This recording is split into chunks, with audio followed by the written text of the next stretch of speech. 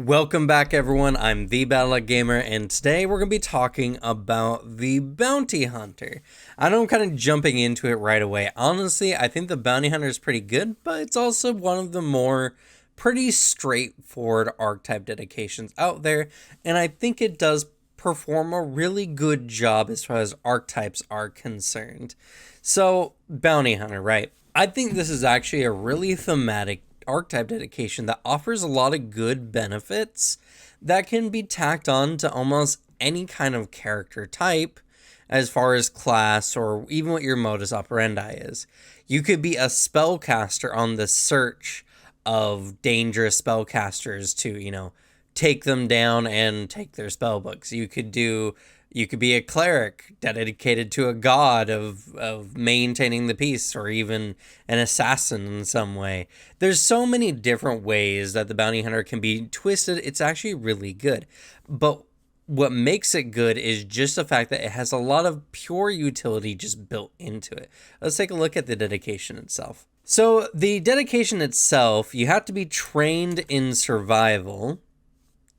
Weird. That's strange. It says prerequisite survival.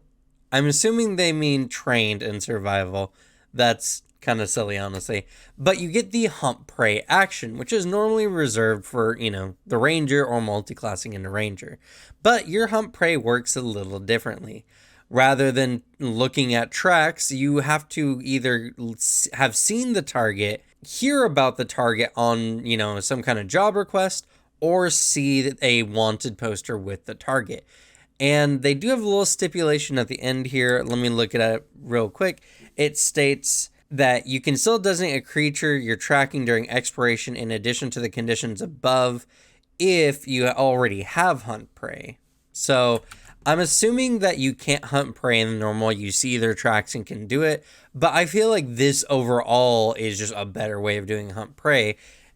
It's just you can't look at their tracks, so it's not good for like random creatures. It's good for more named creatures, and of course it still works on targets you have seen, which means that if you're looking at an enemy in combat, you can apply it. But you don't really get a lot of combat benefits for your hunt prey, which is really interesting in my opinion, and that makes this more of a utility skill. Because hunt prey, if you didn't know, and I'll put it up here on screen as well, gives you a +2 circumstance bonus to seek your target and to track your target, which again makes the whole tracking thing a little weird, but whatever. It's really good. And then plus, if you're a bounty hunter, you also get a +2 circumstance bonus to gather information on your target, which means that this is going to be done a lot in either downtime or in exploration mode when you're in a town or something along those lines. Now, if you already have hunt prey, then you become an expert in survival if you're trained, and you add the stipulation that you can look at wanted posters and such on top of looking at tracks and yada yada. So that's why it's a very strange one, because it has this weird kind of stipulation in the middle of it. And so it leads me to believe that you can't use tracking normally with the hunt prey. But I don't know. I don't think it really matters all too much either way. If you're not a ranger, you're already not going to be getting major combat benefits out of it. So there's really no reason to kind of nerf it in any form or fashion. And this honestly just expands hunt prey, which makes it a much more, useful outside of combat kind of ability than it normally is. And if you're a wits ranger, this fits you perfectly. Posse is a really good overall feat, because what it does is you spend, I think it's just 1 minute, right? Yeah, literally just 1 minute, and you can give guidance to up to 5 members, party members, whoever, and they get half of your bonuses essentially for hunt prey. They get a +1 circumstance bonus. Circumstance or status? Circumstance bonus to seek, track, or gather information on your targets, whoever that target is. And not only that, but you have to have already designated a target. So this is something as easy as you go to the wanted board, you find a poster, and then you tell your party members about it, and they get those bonuses as well, and so that you can all go out into the town and find out as much information on the target as possible.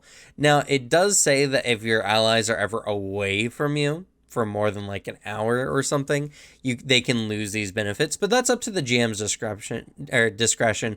And honestly, if everyone's kind of going out and talking on the town, they're going to be spending at least 1 or 2 hours.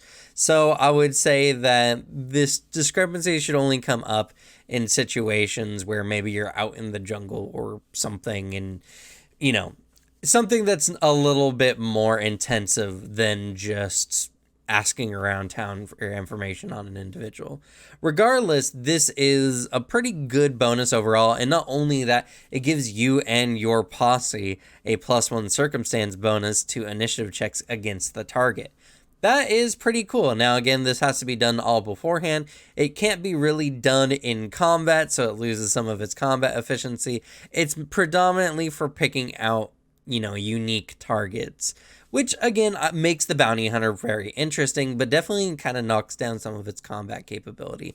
Not only that, but circumstance bonus to combat initiative rolls conflicts with a lot of class abilities like the fighter's like battlefield surveyor, or the incredible initiative general feat that you can pick up that gives you a circumstance bonus of +2. So they don't stack, unfortunately. But overall, I think this is very good. And again, it gives bonuses to your allies for some exploration activities, meaning everyone can kind of do a little bit more in exploration, even if their character is not a standard character type for doing so. The bounty hunter is really interesting, and I hope you're all enjoying the video. If you are, please like and or subscribe. It really helps out the channel. We're at over 850 subscribers right now. We're almost to that 1,000 subscriber marker. We've been working really hard for it. So if you would please, I would highly appreciate it. Or if you just want to see more of our content, and if you're interested, my Twitter is down below in the description, as well as a link to our Discord where we talk all things tabletop, and I always recruit there first for any of the games I run here on the channel. So if you want to play with me and my friends, that's the place to be.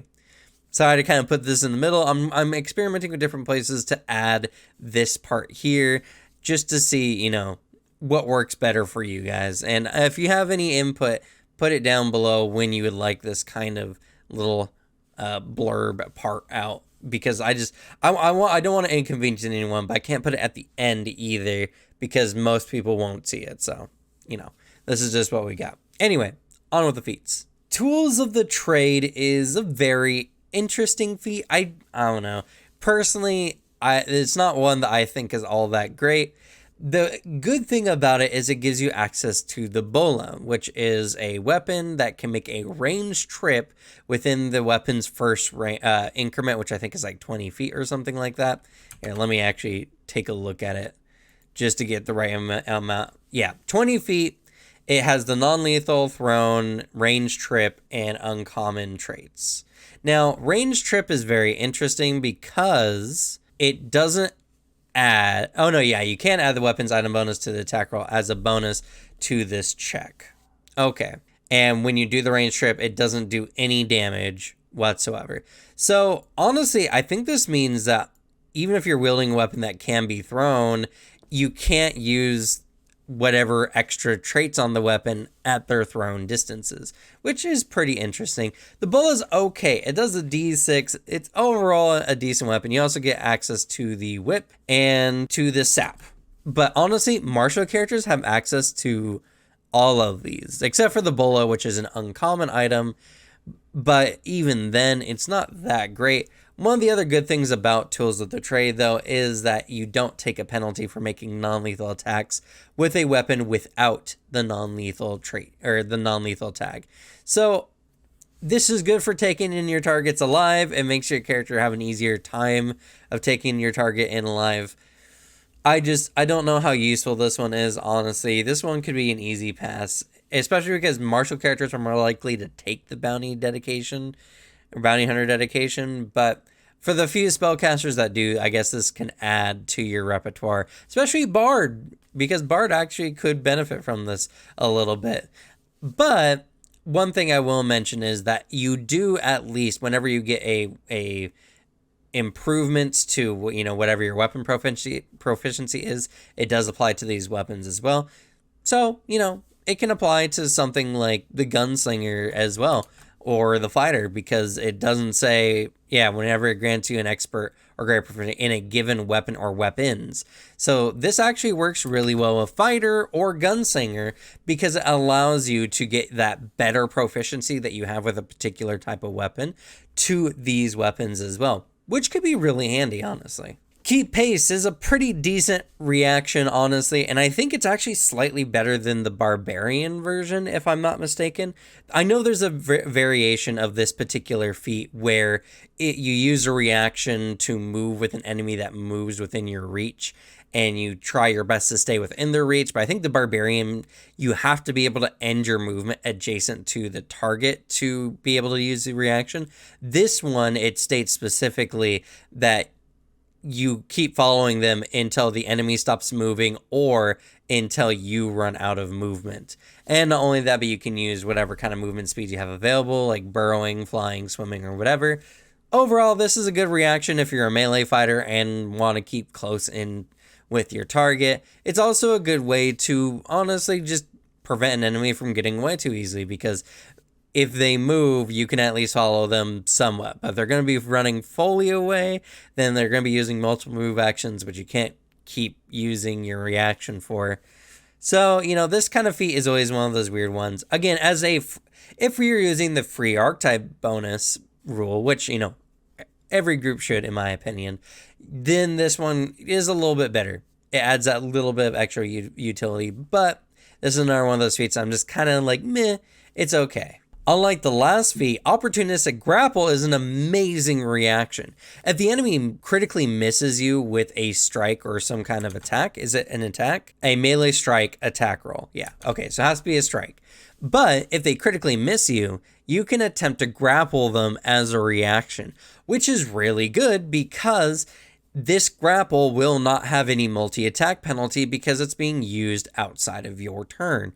So this is a really good way to grab an enemy and to keep them pinned, and you can even restrain an enemy, preventing them from performing any other actions on their turn. And not only that, but if you're fighting all kinds of enemies that are using, you know, their multi-attack as much as possible, you know, like beasts and such, I'll just keep attacking you no matter what. This is a really good reaction. The only stipulation is that it has to be your marked prey. But that's not too hard, considering that if you're in combat with something, this is a good reason as any to designate a creature as a target. And, you know, this is a good one overall. This is honestly a really solid reaction overall. The last feat on the list is double prey, which allows you to have 2 marked prey. It's good. I mean, it's really good for Bounty Hunter, especially because that's just more targets that get your bonuses. And, you know, this allows you to use opportunistic grapple more easily in combat because you can designate 2 targets, which makes the action a little bit better overall, considering that you don't get any other hunt prey reaction or hunt prey benefits in combat standardly. And if you are already a ranger, I mean, this just gives you a ranger feat pretty much outside of your ranger class, and if you're using free archetype bonus, there's no reason not to take this. Overall, that's Bounty Hunter. It's a really easy one. It's a really short one. I really like it personally. It's a good few levels you can add to any character to add a lot of flavor and a lot of flair to their abilities. It gives you utility, and that utility you can actually spread to your allies. It has really good teamwork benefits. It allows you to easily, you know, attempt to trip enemies or to grapple them to give your allies bonuses. There's all kinds of different ways Bounty Hunter can really be used to aid the game, to make your character better, and honestly to give you more of a general job. So I, for one, really like the Bounty Hunter dedication, and I think it's a really good addition to any team whatsoever. But it's kind of got a stipulation that you can only really have one party member that has it. I mean, multiple people can have it, and there's some benefit to that. But things like Posse become not as important because, well, you can't stack those bonuses. So, oh well. But I think it's still a really good archetype dedication overall. And yeah, that's going to be it for this one. I hope you all like this one. Like I said earlier, I find doing these archetype videos really is fun, and it gives players who don't really know the game that well something to look at. And honestly, there's so many times where I read some of these archetypes and I learn something new that can be really good, and it gives me a different viewpoint on some of these archetype dedications that honestly, as a casual player, I would never have noticed because, you know, I run games more often, so I don't make characters. So whenever I make a character, it's out of a flight of fancy more than anything. This is really good for me to know the rules, and this is really good for anyone who really wants to spice up their characters. So, with that, we're going to go ahead and say goodbye. Thank you all so much for watching. Good luck with your games. Leave the bad luck to me, and I'll see you all next time. Bye.